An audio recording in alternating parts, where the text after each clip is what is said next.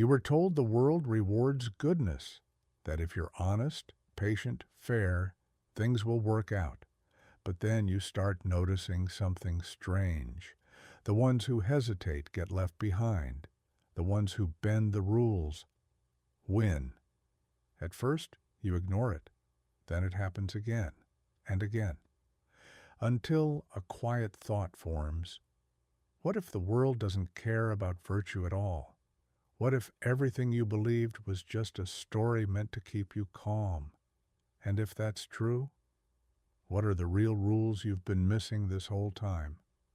There is a moment, often subtle, almost unremarkable, when the world begins to feel slightly out of alignment with what we were taught. It does not arrive as a dramatic revelation.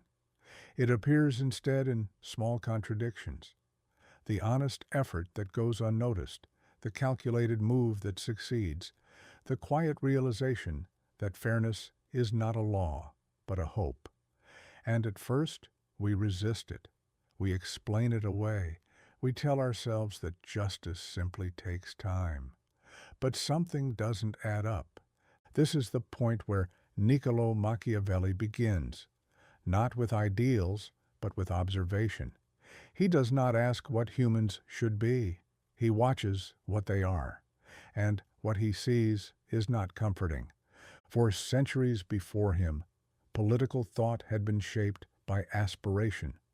From Plato imagining the philosopher king, to Thomas Aquinas grounding authority in divine order, the question was always framed in moral terms. How should power be used? What is the just state? But Machiavelli steps into this tradition and quietly turns the question inside out. Not what should be, but what is. And what is, he suggests, is far less noble than we would like. Human beings, in his view, are not guided primarily by virtue, but by fear, ambition, and self-interest. They are capable of loyalty, but only under certain conditions. They admire goodness, but do not always follow it. They can be generous, but often only when it costs them little. This is where things become difficult, because Machiavelli is not condemning humanity, he is describing it. And in doing so, he removes the comfort of illusion. At the same time, this shift is not merely cynical, it is surgical. By stripping away idealism, Machiavelli reveals a deeper tension. If the world does not operate on moral principles, then relying on them blindly is not virtuous. It is dangerous. A ruler who governs as if people are always just and rational will eventually be undone by those who are not. In The Prince, this idea emerges with unsettling clarity. Success belongs not to the most ethical, but to the most perceptive, those who understand how power actually moves. Yet this raises another question. If morality is not the engine of the world, what replaces it? Is everything reduced to manipulation and force? Or is there something more complex beneath the surface? Machiavelli does not offer an easy answer. Instead, he invites us into a different kind of awareness, one that is less comforting, but more precise. To see the world as it is requires a kind of discipline, the willingness to notice patterns without immediately judging them, to accept that good intentions do not guarantee good outcomes, and that appearances often conceal deeper motives. And this is where the transformation begins, not in changing the world, but in changing how we see it. Because once you start looking without illusion, you cannot easily return. The rules you thought governed reality begin to dissolve, replaced by something colder, but also more coherent. You begin to understand why certain people rise, why others fall, why truth alone is often not enough. And slowly, almost imperceptibly, your relationship with the world shifts, not into despair, but into clarity. Yet clarity comes at a cost, because to see the world as it is also to lose the comfort of believing it is something else. And the question that follows is not simple. If the world is not shaped by virtue, then what, if anything, should shape you? You trust someone completely. You believe in their loyalty, their honesty, their word. And for a while, it works, until it doesn't. Until the moment their interests shift, and suddenly you're no longer part of the equation. That's when it hits you. They didn't betray you because they were evil. They betrayed you because it made sense. Machiavelli forces a question most people avoid. What if this wasn't an exception, but the rule? And if it is, what does that make trust? At first it feels like cynicism, this idea that people are not guided by goodness, but by shifting desires and quiet calculations. We resist it instinctively. After all, to accept it is to dismantle something comforting, something almost necessary. The belief that beneath the surface, people are stable, loyal, and morally anchored. But something doesn't add up. Experience begins to whisper otherwise. Patterns emerge, not in grand betrayals, but in small, almost invisible choices. Moments where convenience overrides principle, where fear outweighs loyalty, where self-interest quietly wins. Machiavelli does not approach this with outrage. He does not condemn. Instead, he observes. And what he sees is not chaos, but a strange kind of order. People are inconsistent, yes, but their inconsistency follows a pattern. They are generous when it costs them nothing, loyal when loyalty is safe, honest when honesty aligns with advantage. At the same time, when circumstances change, when pressure builds, when fear enters, when opportunity appears, so do they. This is where things become difficult, because the problem is not that people are unpredictable. It is that they are predictable in ways we do not want to admit. We expect constancy where there is none. We project stability onto something inherently fluid. And when reality breaks through, we call it betrayal, as if the world had violated a promise it never made. Yet this raises another question. Why do we resist this view so strongly? Perhaps because it forces us to reconsider not just others, but ourselves. It suggests that under the right conditions, we too might act differently than we imagine. That our values, so carefully constructed, may bend under pressure. That identity itself is less solid than it appears. Machiavelli's insight is unsettling precisely because it strips away illusion without offering comfort in return. But within that discomfort, there is clarity. If human behavior is driven by fear, desire, and self-preservation, then it can be understood. And if it can be understood, it can be anticipated. Power, in this sense, does not come from trusting blindly, nor from rejecting trust entirely, but from recognizing its limits. Still, there is a tension that remains unresolved, because to live fully within this understanding is to risk becoming cold, detached, perpetually guarded. And yet, to ignore it is to remain vulnerable to forces that do not operate by our ideals. So we find ourselves suspended between two imperfect positions, wanting to believe in goodness while quietly preparing for its absence. And perhaps this is the deeper challenge Machiavelli presents, not simply to see people as they are, but to decide what kind of person we become once we do. You're told that order comes from fairness, that rules exist because people agree on them. But watch closely. When everyone chases their own advantage, agreement doesn't last. It fractures. Trust erodes. Promises become tools. And suddenly, the world feels less like a system and more like a struggle. So who restores order, the most just person, or the one who can force others to obey? Because if stability depends on control, then maybe power isn't a corruption of the world. Maybe it's the only thing holding it together. At first, it feels like a failure of character. We imagine that disorder emerges because people are not good enough, not disciplined enough, not moral enough. But the longer one observes human behavior, the more unsettling the pattern becomes. Conflict is not an exception. It is the default. Individuals pursue their own interests not out of malice, but out of instinct, fear, ambition, survival.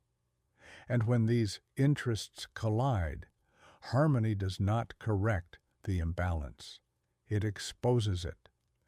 This is where Niccolò Machiavelli begins to shift the question.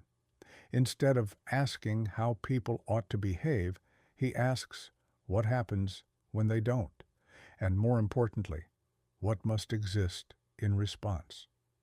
Because something always rises from disorder, not naturally, not peacefully, but inevitably. When alliances dissolve and trust proves unreliable, there emerges a need, not for virtue, but for structure. And structure, in its most fundamental form, requires enforcement.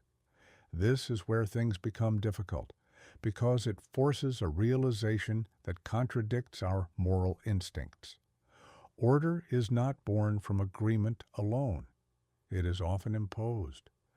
But something doesn't add up. If power imposes order, then what justifies that power? Is it wisdom, justice, or simply the ability to succeed where others fail? Machiavelli's answer is uncomfortable in its clarity. Power does not originate from moral superiority. It originates from effectiveness. The one who can stabilize the chaos, who can anticipate betrayal, control fear, and act decisively, becomes necessary, not admired, not always loved, but indispensable. The ruler, in this sense, is not a teacher of virtue. He is a response to instability. At the same time, this raises another question. If power is born from necessity, does it remain bound by it, or does it begin to shape the very world that justified its existence? History offers quiet hints. In The Prince, power is not described as an ideal, but as a craft, something learned, sharpened, adapted. The ruler studies not what is right, but what works. And in doing so, he becomes something different from the people he governs, less constrained by illusion, more aware of the fragile nature of order. Yet this transformation comes at a cost, because to impose stability on unpredictable humans, one must often act against the very values that society claims to uphold. Mercy becomes selective, honesty becomes strategic, and control, once established, must be constantly maintained. This is where the tension deepens. The ruler exists because humans cannot fully govern themselves, but in governing them, he must step outside the moral framework they depend on. He becomes both protector and manipulator, stabilizer and disruptor.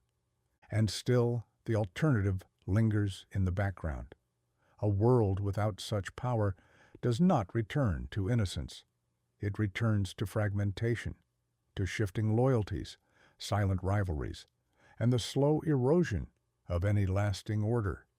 So the question remains unresolved, not whether power corrupts, but whether the absence of power is worse, whether control is a distortion of human nature or its inevitable consequence.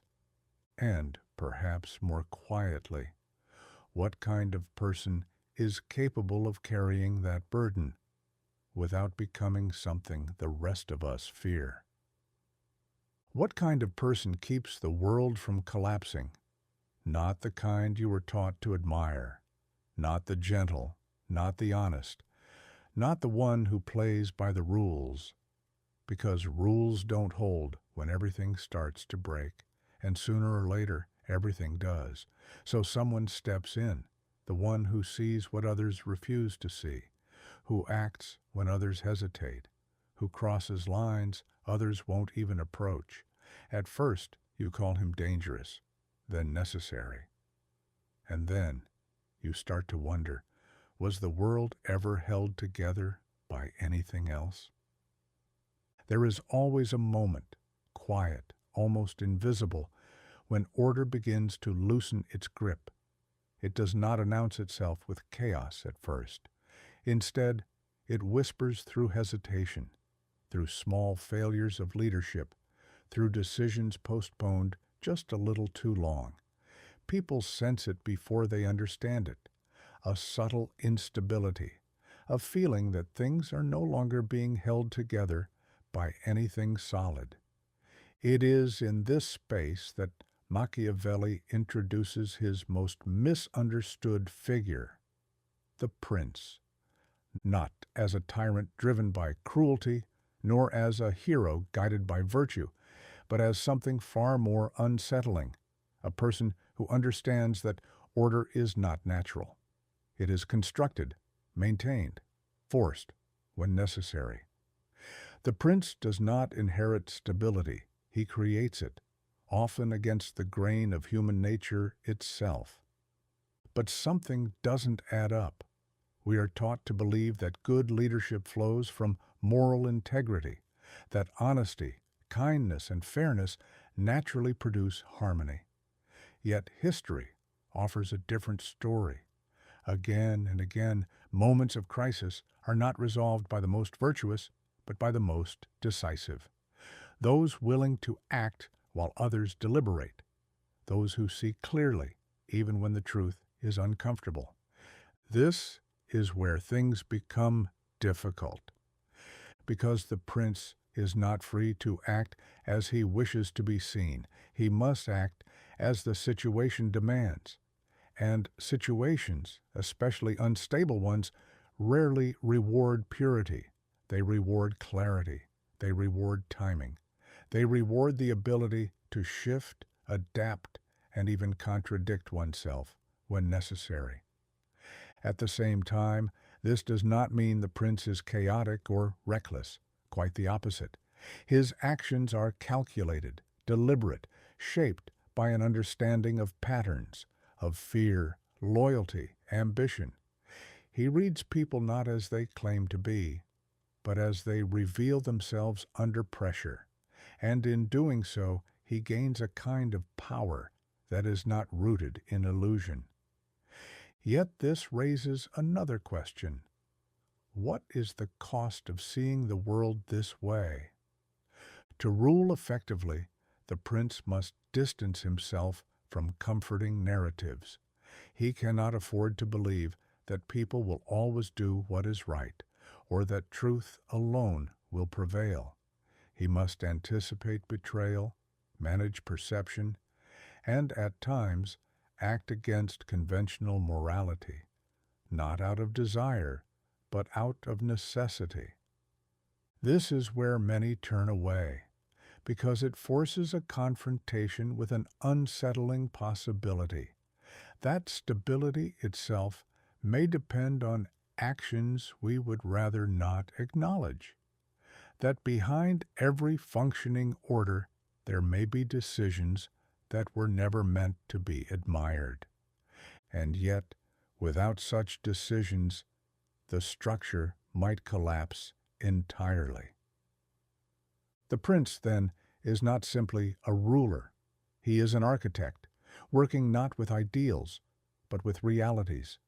He builds with imperfect materials, human ambition, fear, loyalty, and self-interest.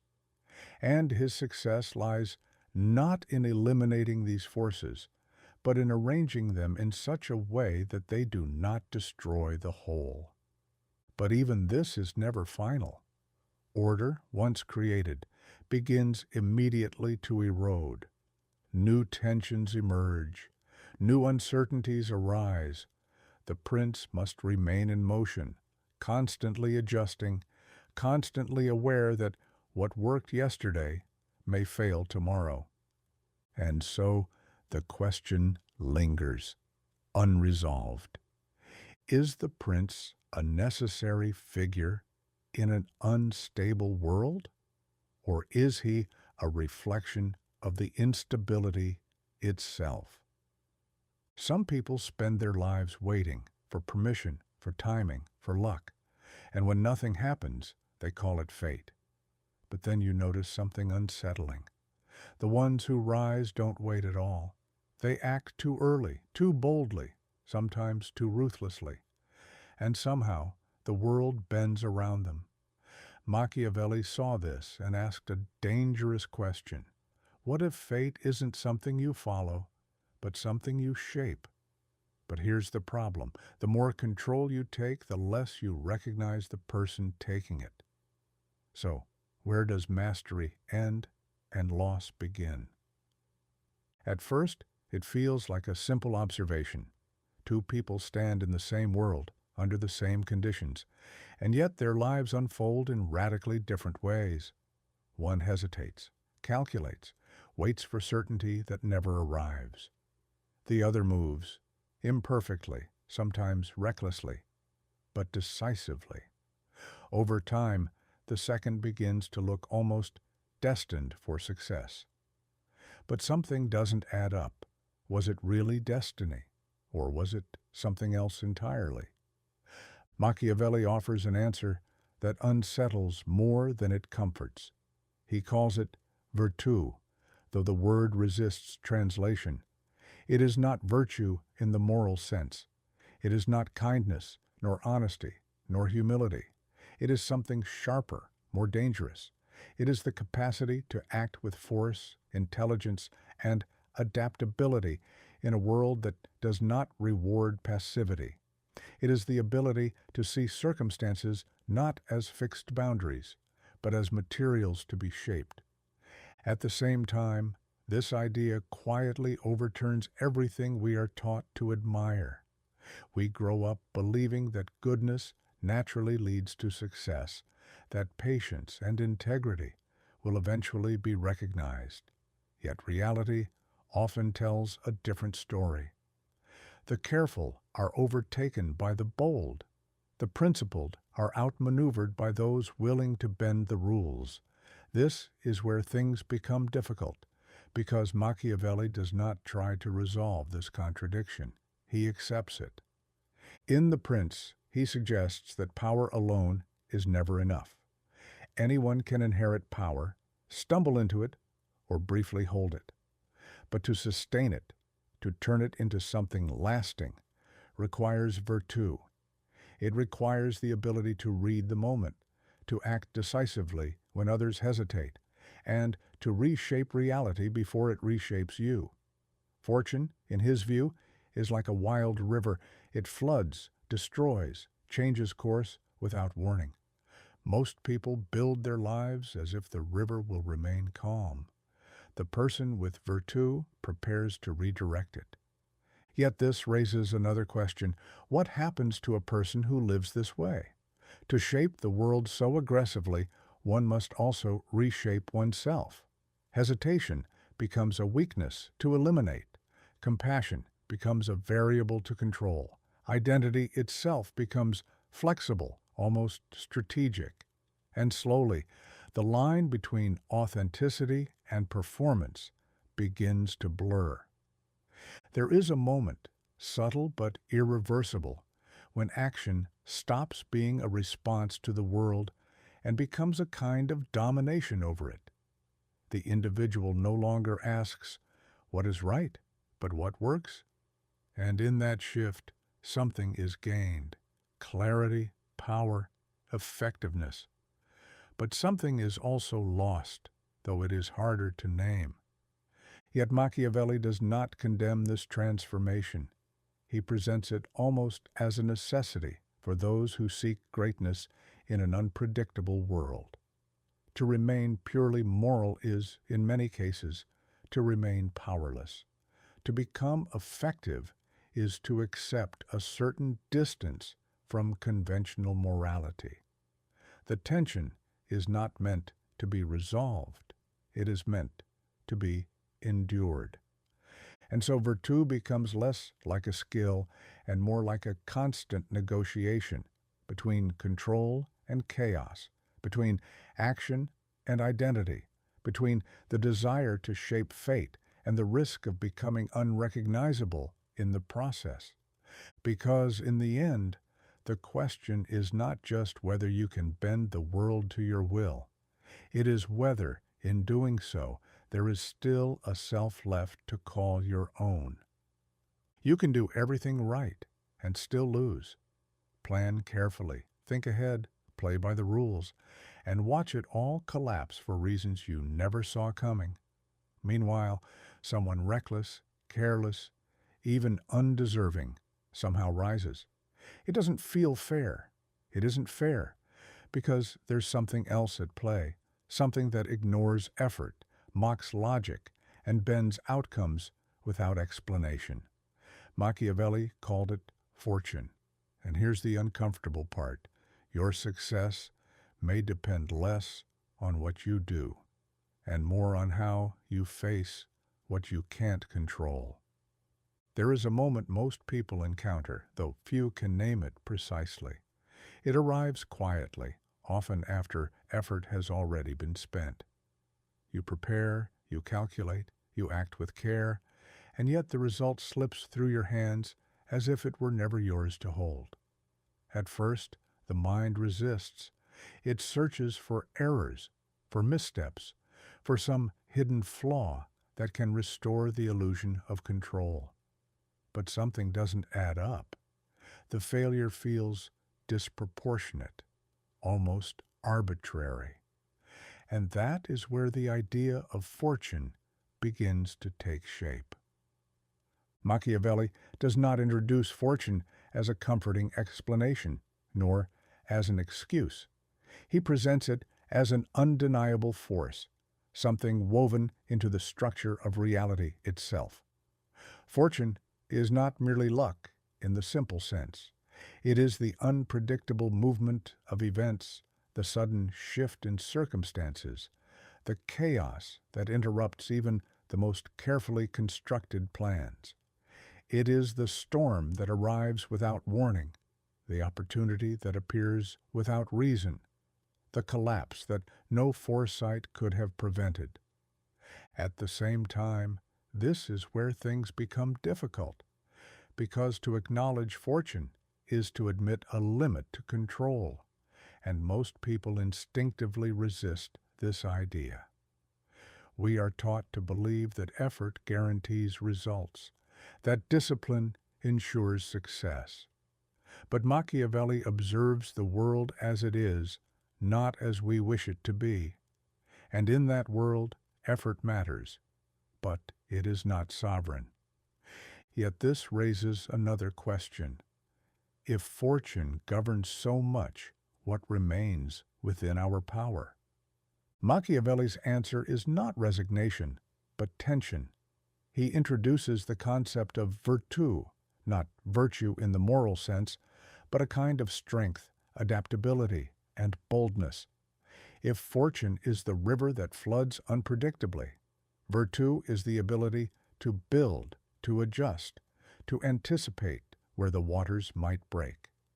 It does not stop the flood. It does not eliminate chaos. But it changes how one stands within it. This is not a comfortable balance.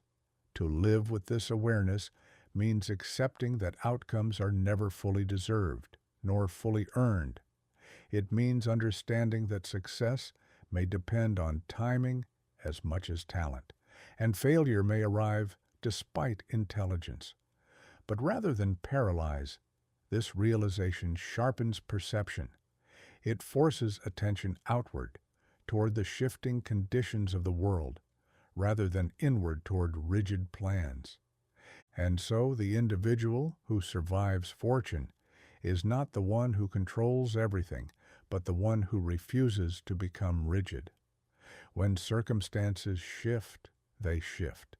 When opportunity appears, they act quickly, sometimes even recklessly. There is a kind of courage here, but it is not blind. It is a willingness to move within uncertainty rather than wait for it to disappear. Still, something remains unresolved, because even the most adaptable person cannot master everything. There will always be moments where fortune overwhelms, where preparation collapses, where outcomes defy effort entirely. And this is where Machiavelli's thought becomes quietly unsettling. He does not promise victory. He does not offer certainty. He offers only a way of standing in a world that does not bend to intention. In the end, fortune does not ask whether you are ready. It does not care if you are deserving. It simply moves.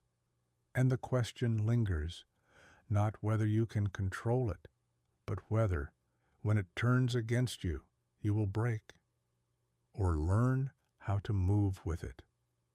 If you had to choose, would you rather be loved or feared? Most people don't hesitate. Love feels right, safe, human. But watch closely and something starts to break. People who are loved are forgiven until they're not. They're supported until it becomes inconvenient. Love depends on mood, on loyalty, on memory. And memory fades. Fear doesn't. Fear stays even when affection disappears. So the question shifts. Not what feels better, but what actually lasts. And that's where it becomes uncomfortable, because the answer says more about human nature than we'd like to admit. Imagine standing at the center of power, not as an abstract ruler, but as a person surrounded by other people, each with their own desires, fears, and shifting loyalties. At first, it seems obvious that love is the stronger foundation. To be admired, respected, even cherished, this feels like the most stable form of authority. After all, who would betray someone they truly love? But something doesn't add up. Love, when observed closely, reveals a quiet instability. It is tied to perception, and perception changes. People love as long as their expectations are met, as long as their needs are satisfied, as long as the image of the leader aligns with their hopes. The moment disappointment enters, love begins to fracture, not always dramatically, but subtly, through hesitation, through doubt, through withdrawal. This is where things become difficult, because power does not exist in moments of harmony alone. It is tested precisely when expectations collapse. The prince presents this tension without sentimentality. It does not dismiss love as worthless, but it refuses to treat it as reliable. Machiavelli observes what many would rather ignore, that human beings are not consistent in their attachments. They are capable of loyalty, but also of abandoning it when circumstances shift. Fear operates differently. Fear does not rely on affection or shared belief. It is rooted in consequence. It creates a boundary that does not dissolve when emotions change. Where love asks for mutual commitment, fear imposes a structure that remains even when commitment fades. This is not because people are inherently cruel, but because they are cautious. They calculate. They protect themselves. At the same time, this raises another question. If fear is more reliable, does that mean cruelty is justified? Machiavelli's answer is more restrained than it first appears. He draws a line, not between love and fear, but between fear and hatred. Fear, in his view, must be controlled. It must create obedience without provoking resentment, because hatred is the point where fear collapses into instability. When people feel not just constrained but wronged, they begin to seek reversal, even at great risk. So the ruler walks a narrow path, loved but not dependent on love, feared but not despised. Yet beneath this political calculation lies something deeper, something less comfortable. The dilemma is not only about rulers, it is about human nature itself. Why is love so fragile? Why does fear endure longer? The answer seems to point toward an unsettling truth, that people are more consistent in avoiding pain than in pursuing virtue. And once you see this, it becomes difficult to unsee, because it reframes not only power, but relationships, institutions, even everyday trust. It suggests that stability often rests not on what we admire, but on what we hesitate to challenge. That control is not sustained by ideals alone, but by an understanding of how easily those ideals can dissolve. And yet, something resists this conclusion. There remains a quiet belief that love, despite its fragility, represents something higher, something worth striving for, even if it cannot fully sustain power. A belief that a world governed only by fear, however stable, would lose something essential. So the question remains unresolved, suspended between realism and aspiration. Is it better to be feared than loved? Or is that only true in a world that has already given up on something more difficult? You're told some lines should never be crossed, that no matter the situation, certain actions make you a bad person. But then reality intervenes. A leader hesitates, and everything falls apart. Another lies, manipulates, breaks every rule, and somehow things hold together. So what matters more, being good or preventing disaster? This is where it gets uncomfortable, because if doing the right thing leads to ruin, was it ever right at all? And if breaking moral rules saves everything, what does that make you? It often begins with a simple belief, inherited so early it feels like instinct, that morality is a fixed compass, pointing steadily toward what is right. You grow up trusting it. You imagine that in moments of crisis, it will guide action with clarity, that good choices lead to good outcomes. But something doesn't add up. History, when observed without illusion, tells a more troubling story. A ruler faces a rebellion. Mercy feels right. Restraint feels noble. And yet, mercy emboldens opposition. Restraint invites chaos. And what began as virtue ends in collapse. Another ruler, faced with the same threat, chooses differently. He deceives, he punishes, he acts with calculated cruelty. And stability returns. The outcome contradicts the instinct. And this is where things become difficult. Machiavelli does not begin by denying morality. He begins by questioning its place, not in private life, where intentions and integrity shape relationships, but in politics, where consequences extend beyond the individual. The survival of a state, the safety of its people, the preservation of order, these are not abstract concerns. They are fragile, constantly under threat. And when everything is at stake, the question shifts. Not, is this action morally pure, but will this action work? At the same time, this is not a comfortable shift. It destabilizes something fundamental. If morality becomes a tool, then it is no longer sacred. It can be used, adjusted, even discarded when necessary. Deception is no longer inherently wrong. It becomes strategic. Cruelty is no longer inherently evil. It becomes conditional. And intention, once the heart of ethical judgment, begins to lose its authority. Yet, this raises another question. If morality is flexible, what prevents complete corruption?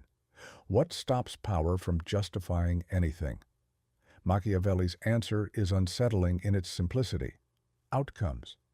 Actions are judged not by what they claim to be, but by what they achieve. Stability over chaos. Security over vulnerability. The ruler is not evaluated as a good person, but as an effective one. But something still resists because deep down we sense the danger in this logic. A world where morality bends too easily becomes unpredictable, even hostile. Trust erodes, words lose meaning. If deception is always an option, how do you believe anything at all? This is the tension Machiavelli does not resolve, only exposes. And perhaps that is the point, because the real conflict is not between good and evil, but between ideals and reality.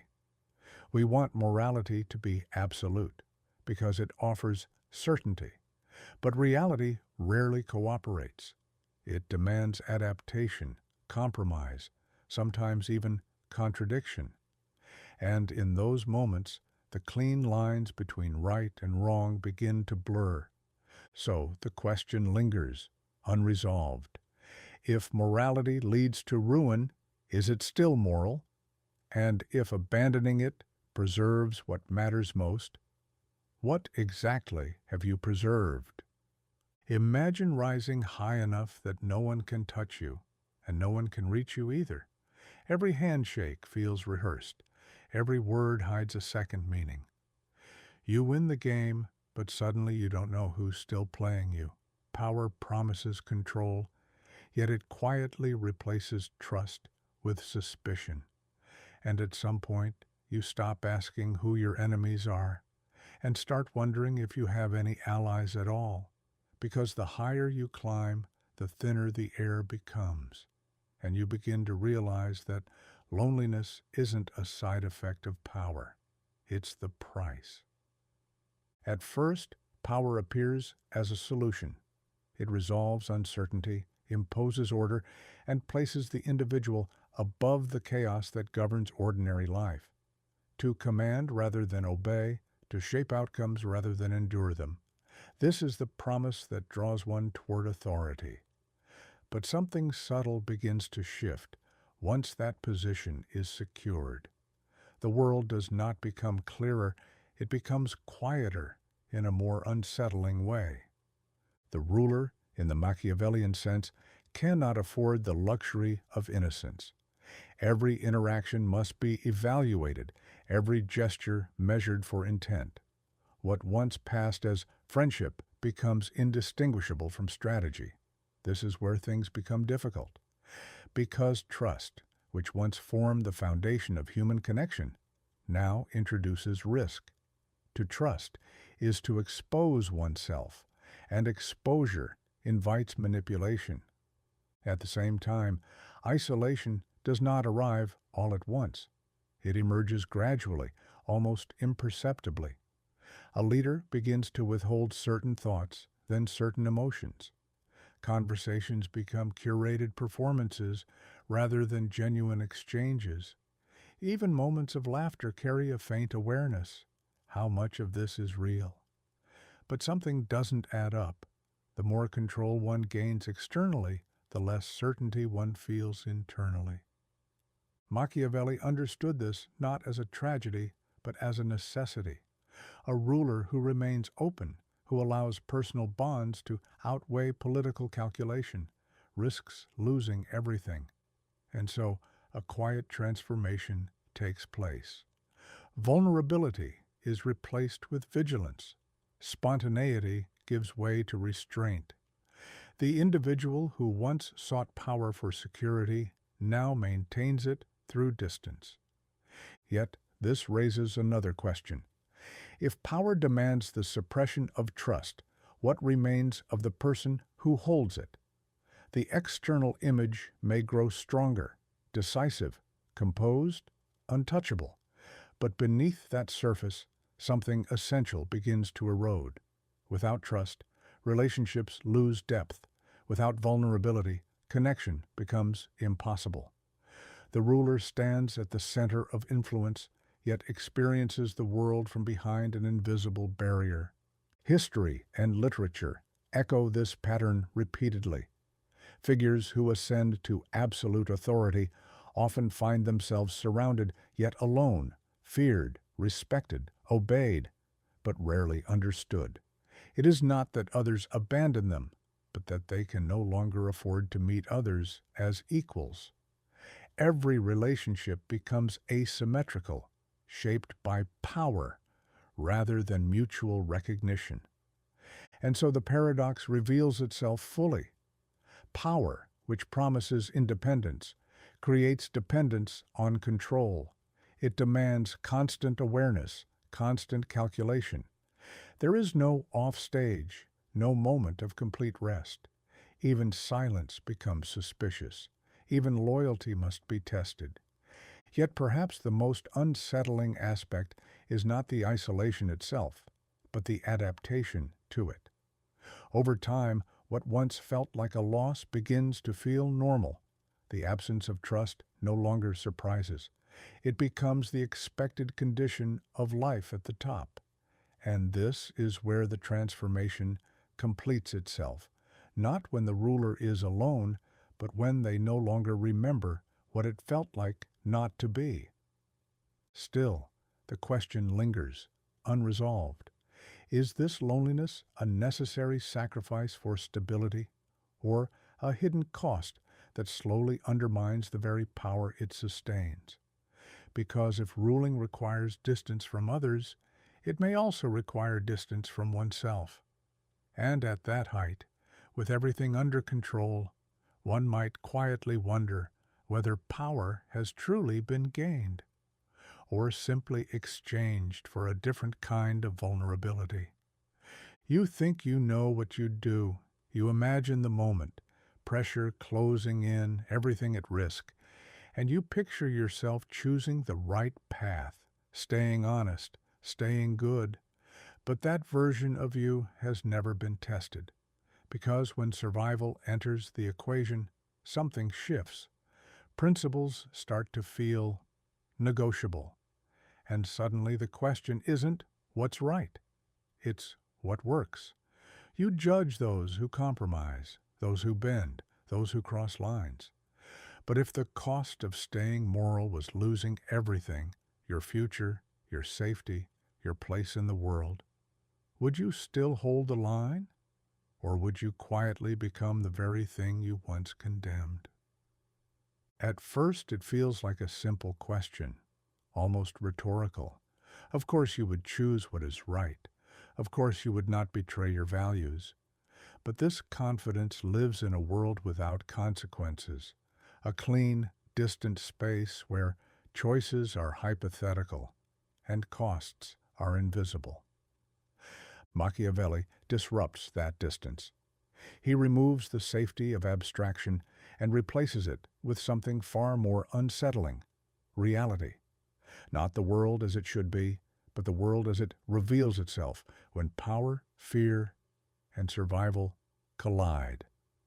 And in that world, morality does not disappear, but it competes.